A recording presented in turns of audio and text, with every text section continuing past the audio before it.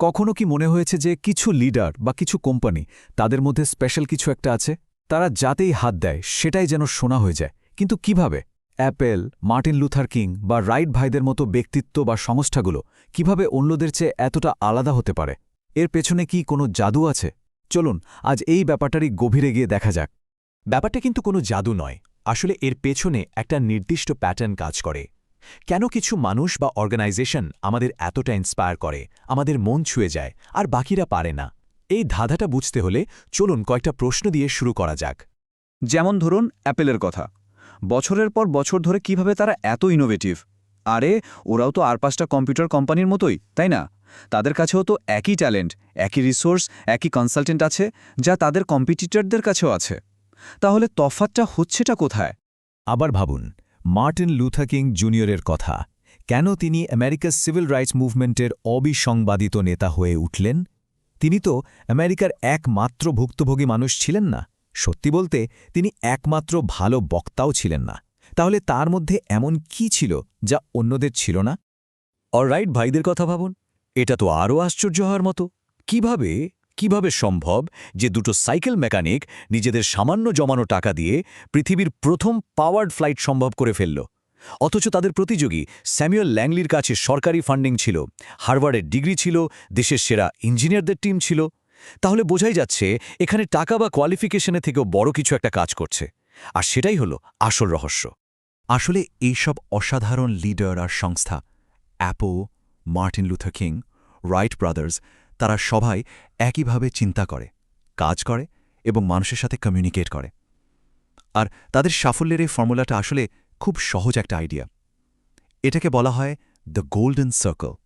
এই গোল্ডেন সার্কেলটাকে একটা পেঁয়াজের সাথে তুলনা করা যেতে পারে। 3টে লেয়ার। সবচেয়ে বাইরের লেয়ারটা হলো হোয়াট, মানে কি। যে কোনো অর্গানাইজেশন বলতে পারে তারা কি করে, কি প্রোডাক্ট বানায় বা কি সার্ভিস দেয়। এটা সহজ। তার ভেতরের লেয়ারটা হলো হাউ, মানে কিভাবে। কিছু অর্গানাইজেশন বলতে পারে তারা কিভাবে অন্যদের থেকে আলাদা, তাদের ইউনিক সেলিং প্রপোজিশনটা কি। কিন্তু একদম কেন্দ্রে আছে ওয়াই, কেন। এটা কিন্তু টাকা কামানোর কথা বলছে না, ওটা তো রেজাল্ট। ওয়াই মানে হলো উদ্দেশ্যটা কি, কারণটা কি, বিশ্বাসটা কি। আর খুব খুব কম মানুষ বা অর্গানাইজেশন তাদের আসল ওয়াইটা পরিষ্কারভাবে বলতে পারে। আর এখানেই কিন্তু সবথেকে বড় পার্থক্যটা তৈরি হয়। আমরা সাধারণত যেভাবে কমিউনিকেট করি সেটা হলো বাইরে থেকে ভেতরে। মানে আমরা সবথেকে পরিষ্কার জিনিসটা দিয়ে শুরু করি, হোয়াট, তারপর হয়তো হাউ বলি। ওয়াইয়ের কথা তো প্রায় বলাই হয় না। কিন্তু ইন্সপায়ারিং লিডার বা ব্র্যান্ডগুলো ওরা ঠিক এর উল্টোটা করে। ওরা ভেতর থেকে বাইরের দিকে আসে। ওরা শুরু করে ওয়াই দিয়ে। ব্যাপারটা আরও পরিষ্কার হবে যদি আমরা অ্যাপেলের একটা বাস্তব উদাহরণ দেখি। আচ্ছা ভাবুন তো, অ্যাপল যদি বাকিদের মতো হতো তাহলে তারা কিভাবে মার্কেটিং করত? তারা হয়তো বলতো, আমরা দারুণ কম্পিউটার বানাই, এগুলো ডিজাইন খুব সুন্দর, ব্যবহার করাও খুব সহজ, একটা কিনবেন নাকি? কেমন একটা সাদামাটা লাগছে না? কিন্তু অ্যাপল তো এভাবে বলে না। অ্যাপল আসলে যেভাবে বলে সেটা হলো, আমরা যা কিছুই করি আমরা স্থিতাবস্থাকে চ্যালেঞ্জ করতে বিশ্বাস করি, আমরা অন্যভাবে ভাবতে বিশ্বাস করি। আর এই বিশ্বাসের প্রকাশ হিসেবেই আমরা আমাদের প্রোডাক্টগুলোকে সুন্দরভাবে ডিজাইন করি আর ইউজার ফ্রেন্ডলি বানাই, যার ফলশ্রুতিতে আমরা কিছু অসাধারণ কম্পিউটার তৈরি করতে পেরেছি। একটা কিনতে আগ্রহী? দেখুন, শুধু তথ্যের ক্রমটা উল্টে দেওয়ার জন্য মেসেজটা কতটা শক্তিশালী হয়ে গেল। এটা আর শুধু একটা কম্পিউটার বিক্রির বিজ্ঞাপন রইল না, এটা একটা বিশ্বাসের কথা হয়ে দাঁড়ালো। এটাই হলো মূল কথা। মানুষ হোয়াট ইউ ডু কেনে না, মানুষ ওয়াই ইউ ডু ইট কেনে। অর্থাৎ মানুষ প্রোডাক্ট কেনে না, তারা কেনে আপনার বিশ্বাস। আর এটাই কারণ যে আমরা অ্যাপলের কাছ থেকে শুধু কম্পিউটারই নয়, ফোন, ঘড়ি সবকিছু কিনতে রাজি, কারণ আমরা অ্যাপলের ওয়াইয়ের সাথে কানেক্ট করতে পারি। এখন মনে হতে পারে এটা তো একটা দারুণ মার্কেটিং কৌশল মাত্র।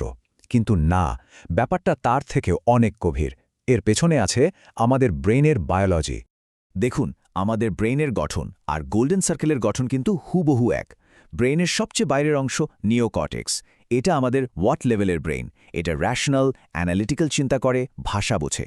আর ব্রেইনের ভেতরের অংশ লিম্বিক সিস্টেম, এটাই আমাদের ওয়াই লেভেলের ব্রেইন। আমাদের সব ফিলিংস যেমন বিশ্বাস, ভরসা এইসব আসে এখান থেকে।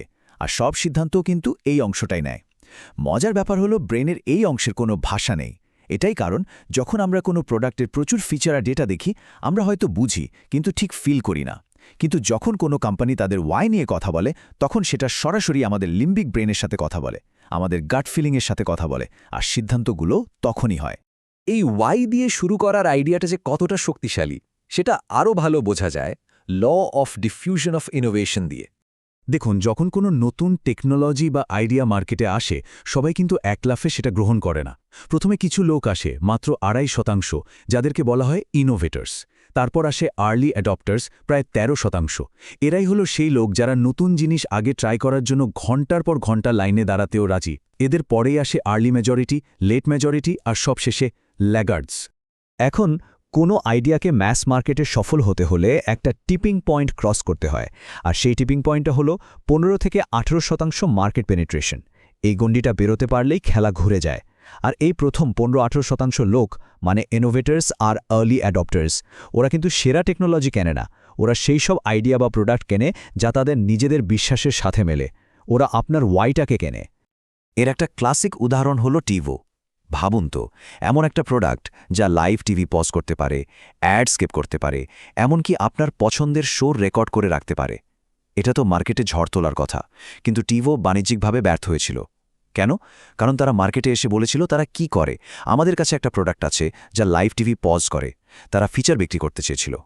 যদি তারা তাদের ওয়াই দিয়ে শুরু করত, যদি তারা বলতো, আপনি যদি এমন একজন মানুষ হন যিনি নিজে জীবনের প্রতিটি মুহূর্তের ওপর সম্পূর্ণ নিয়ন্ত্রণ রাখতে ভালোবাসেন, তাহলে আপনার জন্য আমাদের কাছে একটা জিনিস আছে, তাহলে হয়তো আজ টিভোর গল্পটা একদম অন্যরকম হতো। তাহলে ব্যাপারটা দাঁড়াচ্ছে, সত্যিকারের নেতৃত্ব রিসোর্সের ওপর নির্ভর করে না, এটা বিশ্বাসের ওপর নির্ভর করে। এটা মানুষকে অনুপ্রাণিত করার ক্ষমতা। আমরা শুরুতেই রাইট ভাইদের কথা বলেছিলাম, চলুন তাদের গল্পে ফেরা যাক। একদিকে ছিলেন স্যামুয়েল পিয়ারপন্ড ল্যাংলি। তার কাছে সফল হওয়ার জন্য যা যা দরকার সবই ছিল: টাকা, সেরা টিম, প্রেস কভারেজ। তার মোটিভেশন ছিল ওয়াট, অর্থাৎ ধনী এবং বিখ্যাত হওয়া। অন্যদিকে রাইট ভাইদের কাছে এসব কিছুই ছিল না, ছিল শুধু একটা সাইকেলের দোকান আর একটা স্বপ্ন। তাদের একটা গভীর ওয়াই ছিল। তারা বিশ্বাস করতেন যে যদি তারা এই উড়ন্ত মেশিনটা বানাতে পারেন, তাহলে এটা সারা পৃথিবীর গতিপথ বদলে দেবে। তাদের টিম টাকার জন্য কাজ করেনি, তার একটা বিশ্বাসের জন্য কাজ করেছিল। আর ফলাফলটা আমরা সবাই জানি। যেই মুহূর্তে রাইট ভাইরা সফল হলেন, ল্যাংলির সাথে সাথে কাজ ছেড়ে দিলেন, কারণ তিনি ধনী বা বিখ্যাত হতে পারেনি। কিন্তু রাইট ভাইরা ইতিহাস তৈরি করলেন। একইভাবে ভাবুন সেই দিনের কথা, 1963 সালের গ্রীষ্মকাল। ওয়াশিংটনের ন্যাশনাল মলে 2.5 লক্ষ মানুষ জড়ো হয়েছেন ডক্টর মার্টিন লুথার কিং জুনিয়রের কথা শোনার জন্য। ভাবুন, কোনো ইমেল ছিল না, কোনো ওয়েবসাইট ছিল না, কোনো ফেসবুক ইভেন্ট ছিল না। তাহলে এত বিপুল সংখ্যক মানুষ কিভাবে জানল, আর কেনই বা এলো? কারণটা হলো, ওই 2.5 লক্ষ মানুষ ডক্টর কিংয়ের জন্যে আসেনি, তারা এসেছিল নিজেদের জন্যে। এটা ছিল তাদের নিজেদের বিশ্বাস, যা ডক্টর কিং খুব সুন্দরভাবে ভাষায় প্রকাশ করেছিলেন।